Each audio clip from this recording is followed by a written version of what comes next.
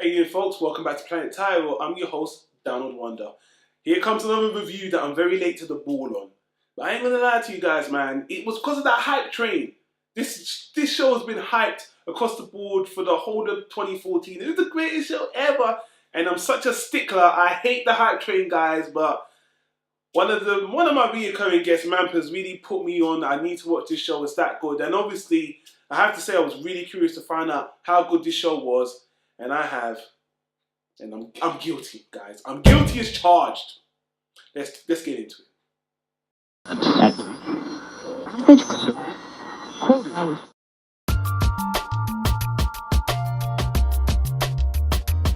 Tyro Media.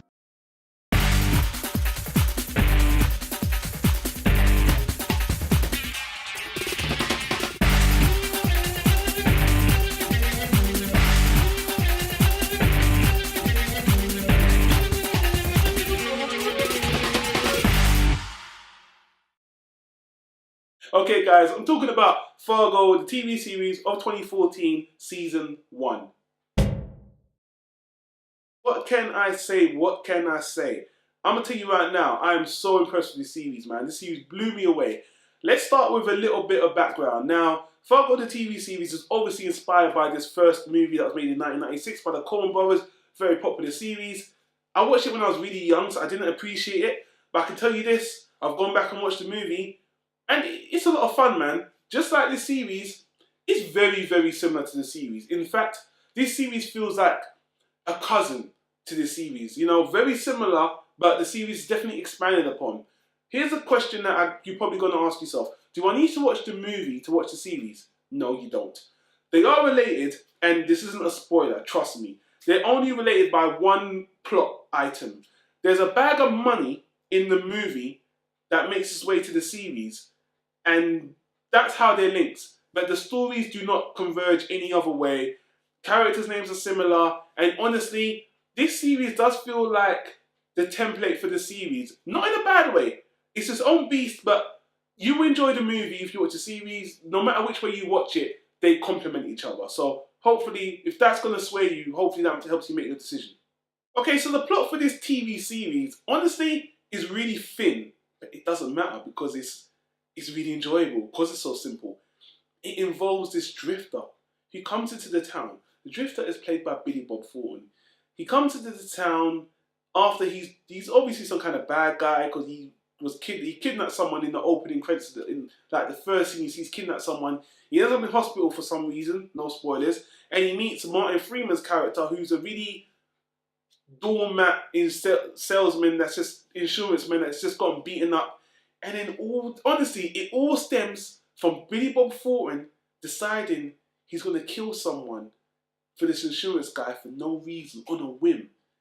And the whole series revolves around Billy Bob Thornton's murders this one murder kind of escalates and leads his whole town into chaos. And Billy Bob Thornton is not only the mastermind, but he's the ringleader. He is just the core element to this whole series. Watching him run around and manipulate people, just social engineer his way out of and into every situation is what makes this show so masterful. Jump into the character straight away. Billy Bob Thornton his performance is just so masterful, man. He is like that guy from No Country for Old Men. That villain, that's like Billy Bob Thornton, but like if he was even more devious and conniving and charming, and he is just such a lovable villain. He is not an anti-hero. He is a straight out hateable villain, but he is fucking awesome, man.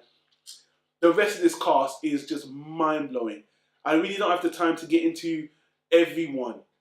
But Alison Tolman, I think she's the lesser known star of this whole show, she is the stand-up for the show because she is such a phenomenal female actress. She kills it. Watching her character kind of being sidelined in the show by other characters, it's hard to watch, but she stands out as a shining star. All the other characters are phenomenal. Martin Freeman, Oliver Platt, Kate Walsh, the special guest appearances by Key and Peele. All the acting is superb. These are Hollywood actors, film actors and high-level TV actors coming together to do a phenomenal show, reminding me of True Detective. This show is another example of how television has evolved into cinematic flair. This is fantastic. I thoroughly enjoyed this show. It's only 10 episodes. It's so short, so enjoyable, such a thrilling ride. And off my mind, another reason that I was put off this show is because I always felt like it was depressing. When I watched it back in the day, Fargo, people said it was a dark comedy, and the young me thought it was very depressing.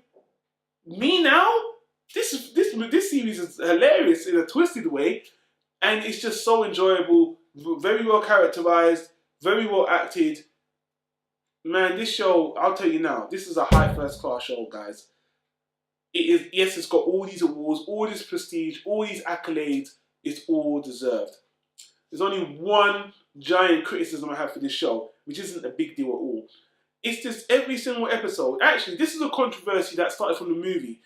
This whole controversy is when every episode starts, as well as the movie, this movie was based on a true story, or these are based on true events.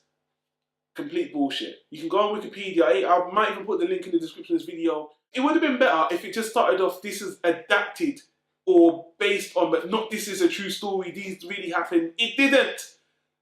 The events, they're so thinly based to some true events, it's not even worth looking up because it's laughable. So honestly, this is the first time I've seen it being so blatantly fabricated that this whole series, and on top of that, so many elements of this story is like, this is ridiculous, come on. This series is set in 2006, and the police, they're way too soft, way too naive. In the post 9/11 world, I don't think no American police are that lax. Even being stereotypical to that area, I don't think. A lot of the show is unbelievable to think this is true events. I'm sorry, but that doesn't mean it's not enjoyable. And honestly, it's a very small criticism because you're just going to enjoy it for the entertainment value. I could go on forever, guys, but let me leave it there. And honestly, I'm just saying what everyone's saying on the consensus. I already know I'm late to the party, so if you guys are already thinking, oh, look at this guy, you should have watched this ages ago. Don't be like me. Don't be like me. If you haven't watched Fargo, watch it now. It's actually super phenomenal. Already hearing the casting for season 2 sounds absolutely great. They've already got a great lineup of more great actors for season 2. This series ends up on its own. The movie complements the series. It doesn't matter which order you watch it in, or if you don't watch the movie, it does not matter. Watch Fargo, high first class. That's all I've got to say. So people, let me know your thoughts about Fargo. For anyone who didn't like it or who's got any criticism, because there are people out there, always people out there. Usually I'm the stickler. Leave your comments down below. I'd like to hear it, man. Always open to different perspectives on the show. But that's about it. I better leave it there. And if you guys don't know, I'm trying to do like new reviews for newer shows and old reviews at the same time on my other show, Done It. So if anyone wants to know why I do old reviews, old is for Done It, and just the Tyro Media basic is going to be for newer stuff within the last year or so. So if you don't know what I'm talking about, don't worry. I just want to update the people who follow the channel on a regular basis.